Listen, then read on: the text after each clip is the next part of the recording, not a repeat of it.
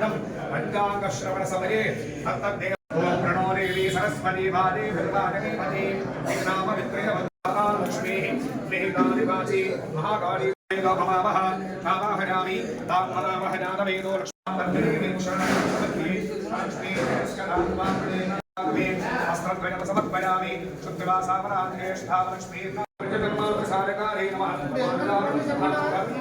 लक्ष्मी रामश्रीस्करामहे प्रजामासि श्रीरस्तु नमस्तमङ्गलानि भवन्तु दिव्यश्रीरस्तु वदामि ओम लक्ष्मीं क्षेत्रं श्रीरङ्गरामेश्वरी दासीभूत समस्तरे देशं लाभाల బాట పడుతూ ఉంటుంది విదేశీ మార్గద్రవ్యం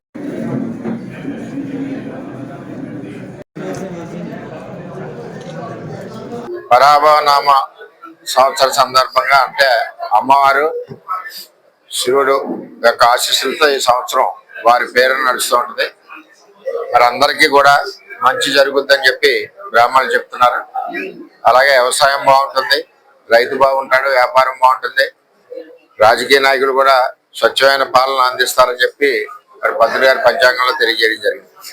దానికి నిదర్శనం ఈవేళ యువకాలంలో హామీ ఇచ్చినట్టు నారా లోకేష్ గారు జాబ్ క్యాలెండర్ ఉగాది సందర్భంగా రిలీజ్ చేశారు.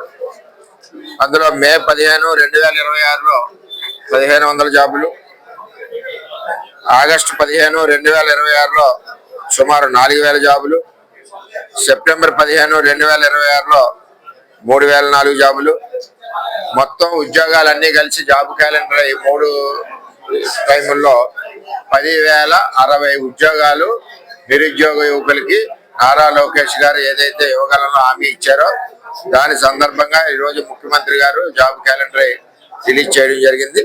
మరి ఈ సందర్భంగా మరి యువకాలంలో ఇచ్చిన మాటకి ధన్యవాదాలు తెలియజేస్తా ఉన్నాం. ఉగాది సందర్భంగా బ్రాహ్మణులు చెప్పినట్టు పంచాంగం అమ్మవారు శివుడు నామ సంవత్సరం, ఇది పరాభవ నామ సంవత్సరం. ఈ పంచాంగం ఏం చెప్తుందంటే రైతులు సుభిక్షితంగా ఉంటారు, వ్యవసాయం బాగుంటుంది, సకాలంలో వర్షాలు పడతాయి. అదేవిధంగా మరి అమ్మవారు దేవుడి మీద ఉన్న ఈ సంవత్సరం కాబట్టి ఆయన యొక్క ఆశీస్సులతో అందరికీ బాగుంటుందని చెప్పి తెలియజేశారు. మరి ఉగాది సందర్భంగా పిఠాపురం నియోజకవర్గ ప్రజలకి, రాష్ట్ర ముఖ్యమంత్రికి నారా లోకేష్ గారికి హృదయపూర్వక శుభాకాంక్షలు తెలియజేస్తూ ఆ భగవంతుడు అష్టైశ్వర్యాలు, ఆయురారోగ్యాలు ఇవ్వాలని నియోజకవర్గ ప్రజలందరికీ కోరుకుంటున్నారు.